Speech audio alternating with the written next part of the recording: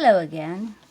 It's Elizabeth and I'm in my art loft, and I thought you might like to see how I have made this next blue rubber stuff texture plate design thing, whatever you want to call it. I've just started on it a couple of days ago, and again I used my ruler that is 1¼ inches wide, and I laid it down first in one direction, and then I calculated 30 degrees or 60 degrees, whichever one you want, because when you do a triangle, the opposite, if you have a triangle that is a 30, 60, 90 degree triangle, you know your angles of your triangle add up to 180 degrees. So if this one's 90 degrees, a right angle of course, then if this one's 60, then this one's 30.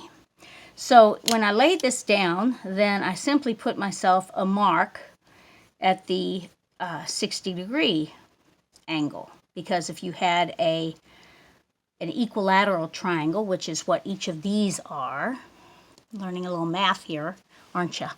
Anyway, an equilateral triangle, then you would have 3 angles which were 60 degrees each. So I wanted to have hexagonals. That's the ones that are 6-sided.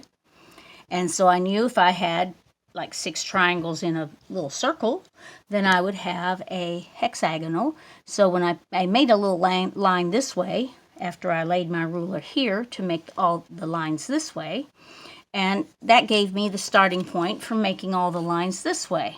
And again, I did the same thing, just turning it over so that I'd get all my vertical lines. And they're not perfect. I mean, if you looked at these and you measured each of the angles on these hexagonals, they would not each be, I think that's 60 plus 60, 120 degrees. So you wouldn't necessarily, they don't necessarily have to be exact, but they're pretty close, because if you look the way that the design goes, this is a 13-inch plate by I think 18, or I don't know, something like that, 18 or 19. 17 something, I don't even know what I measured it. 18 inches for the length, and then 13 inches for the height, because I work on a 12 by 14-inch plate.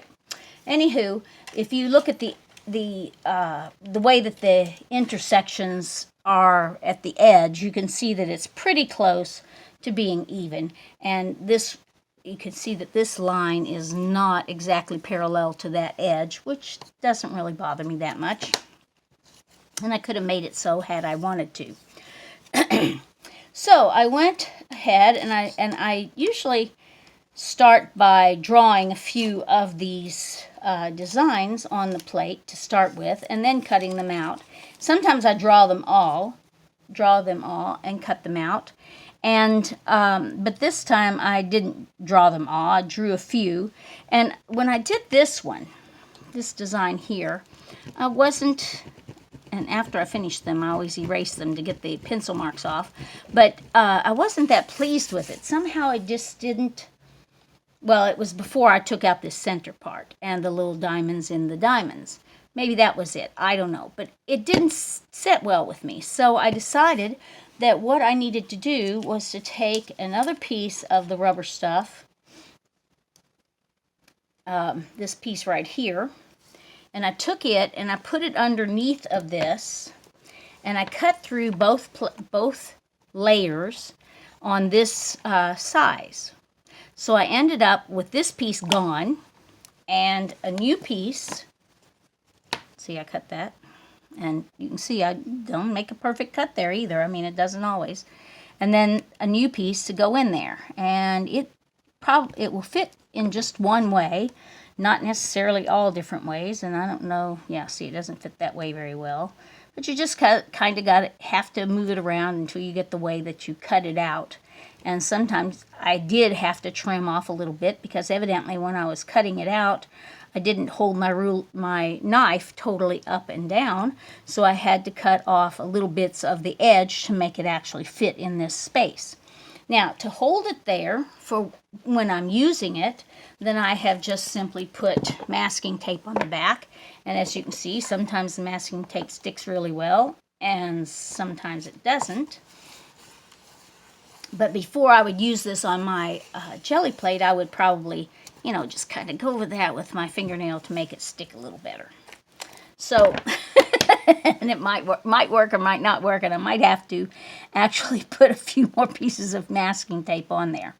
So I haven't cut the new piece to make a design on it yet, because I haven't decided what I wanted in there. Get down in there again. And then I went back and put the old piece back in again, and I was like, I kind of felt like it worked okay. I mean, it looked okay, and it of course fits like really well. So I've decided that it might work with that in there, and I'll still have to put more masking tape on it to keep it. But if I decide that another piece isn't quite right, then I'll use this piece in place of it, perhaps. And you could do that. I mean, if you wanted to make a plate and with the squares or with the hexagonals, you could cut out different pieces of it and get rid of those and put in a new piece if you didn't like that particular motif that you had put on. Now, I've done, as you can see, all of these are actually carved except for this one. And what I try to do is to have a combination of things. Not all, although right here it's kind of all straight line pieces. Then we have a curved, and then straight line, curved, and straight line, which, works fine. This one's actually curved and straight line because it has the center is circular, or more or less circular. And then, of course, the pieces radiating out from it are, of course, straight. When I get to the edge pieces, I may end up I'm planning to try to make each of these unique, which gets to be a real bother. And that's why on some of my other plates, I've made like this one and one over here the same, or this one and say that one the same. And when I do the ones like they have same ones, when I do plates that have same tiles, like this tile would be the same as the one over here, perhaps, then I try to make them not on the same line, not on the same horizontal, not on the same vertical, so that your eye doesn't notice that as much.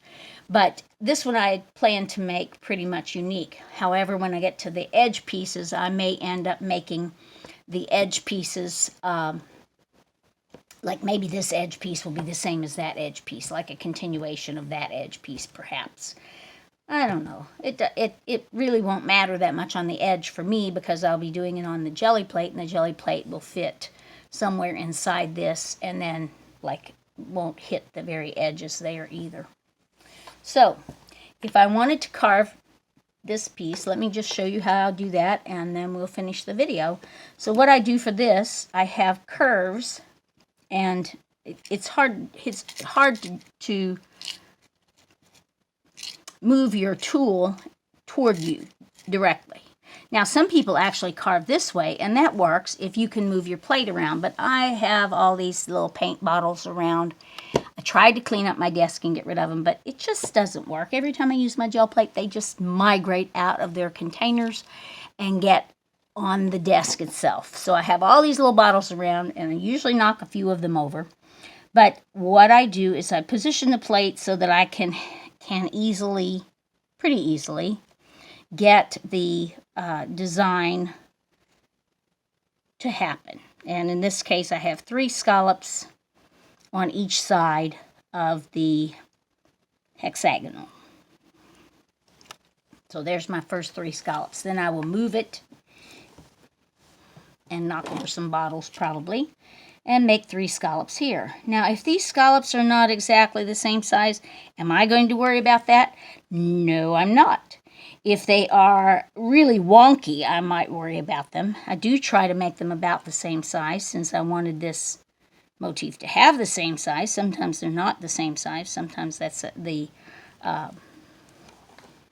reason for it. This one, you can see that I started out with small ones in the middle and then made them gradually larger. And that works out fine.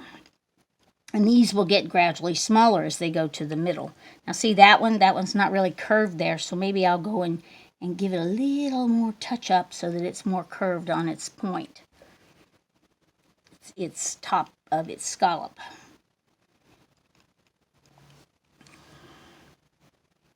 Now, of course, if I'm doing 3 per side and I have 6 sides, then 3 times 6, of course, is 18. So I will have 18 scallops. And once I get to the center, I won't be able to have 18 scallops. So therefore, I'll have to double up some. And I'll show you how that works once I get there. I'm still in camera, aren't I? Or am I? Let's see. Maybe move that just a tad. Yeah. That'll be easier. Right here. Yep. Still in camera now. Okay.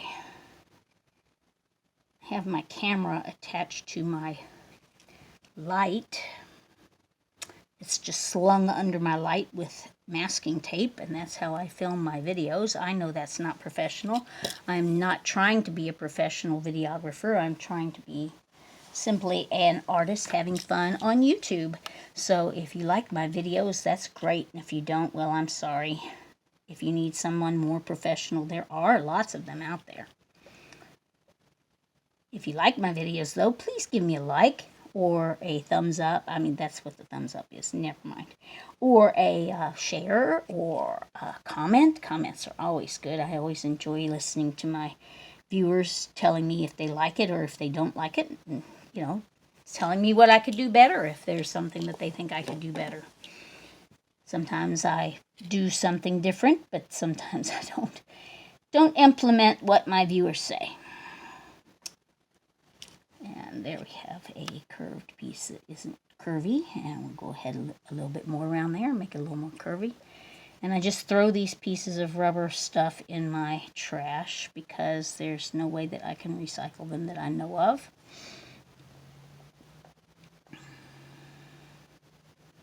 Okay, so we're done with the first row. The second row is a little skinnier because you're trying to fit 18 scallops again in the same amount of space that you did before. I mean, a lot smaller space than you did before.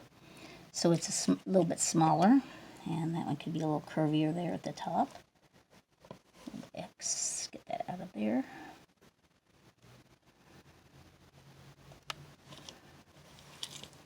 And as I go, again, I turn it.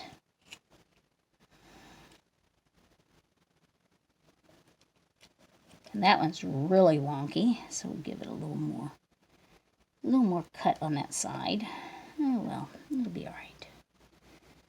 I think of this as kind of looking like lace, although it really doesn't look like lace. It's just maybe looking like netting instead.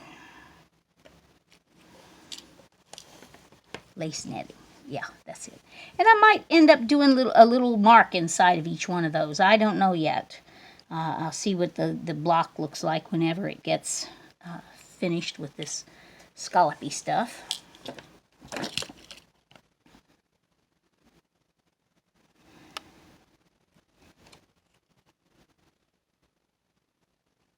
I try to make sure that as I'm carving this with my speedball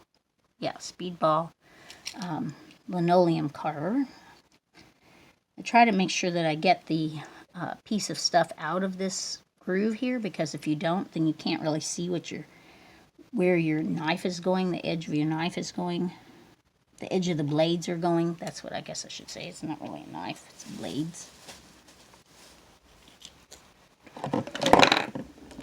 And knocking my paint bottles everywhere. That one is empty. I should just toss it. There we go. And after a while, you can get in kind of a groove, as they say, and maybe do it a little faster. But usually, it just takes just getting that around and trying to make a nice smooth curve, which is not working real well right now. Probably because my cutter is probably a little dull. One way that you can tell if your cutter is sharp, this little point right here, you can set it on your fingernail, and it's actually sharp enough. If it sits there without you pushing on it, then it's usually sharp. If it slides right off, then it's not sharp. And then you need to sharpen it. How do you sharpen your cutter? Well, you can use a piece of sandpaper, actually, although that takes a while, or you can use a honing block, or you can use a grinder.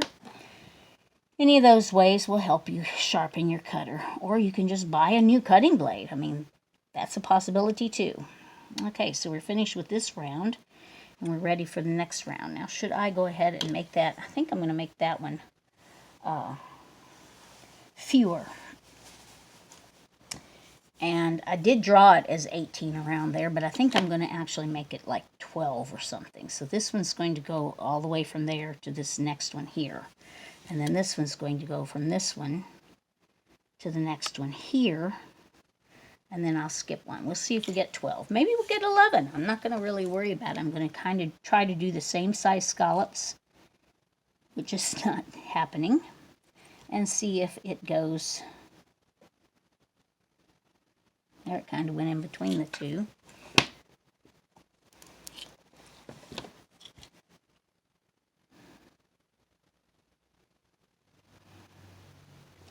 If you do crochet, then you would understand the decrease or increase in stitches, and that's similar to what this is kind of looking like, is how you would increase or decrease your stitches. You would usually, in crochet, of course, you start from the inside out, usually, although you can go from the outside in and do decreases instead of increases. And if you were doing that, then you sometimes have to skip a stitch to or stitch one stitch into two stitches if you want to decrease. And that's basically what I'm doing. I'm making one loop go over the top of two instead of, or go to the top of the second one instead of just going to the top of the next one. So it looks like we're going to get two more loops here. One there and one there. And then let's count them. We'll start here. 1, 2, 3, 4, 5, 6, 7, 8, 9, 10, 11, 12. I did do 12. And then the next one, maybe we can do 12 on the next one. Let me get rid of all these little excess pieces so I don't have my handful. And to see it better, since it's getting a little confusing for my eyes here, I'm going to go ahead and erase that and just do it by doing it instead of by what's written there. I use the Pentel polymer eraser. It works really well on paper and on blue stuff. Okay, so you can see how it looks almost regular there, doesn't it? That's pretty good. I think I might go down to 6 this time. Let's see, if we did 6, we would be going from here to here.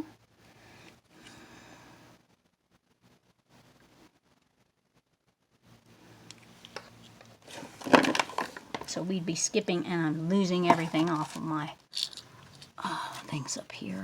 Paint. Should clean my desk one of these days. So I'm basically skipping every other one.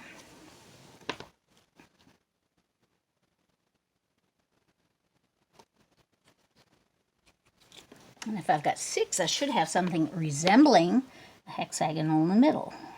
Let's see if that works.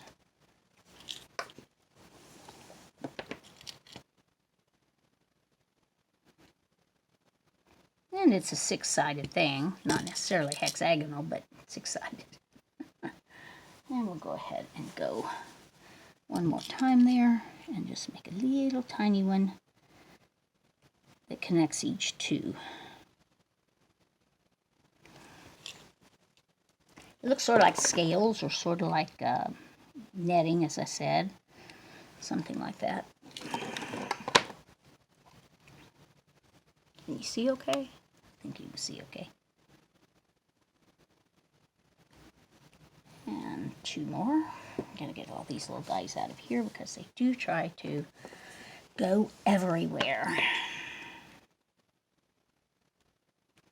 And 1 more. And then we're finished. Oops, come out of there, you. And that one's finished, so I'll be working on the next one. If you have any suggestions for hexagonals that I could use, if you could leave me a comment with a picture. I don't know, can you leave pictures in your comments? Well, anyway, at any rate, just, let me send me a link or something. Maybe I'll go check it out. And as always, thank you for watching. Have a great day. Have a great night, whichever way your sun is. And I hope that you like it. Comment, share, thumbs up, and subscribe. Yeah, do subscribe. I'll catch you later. Bye now.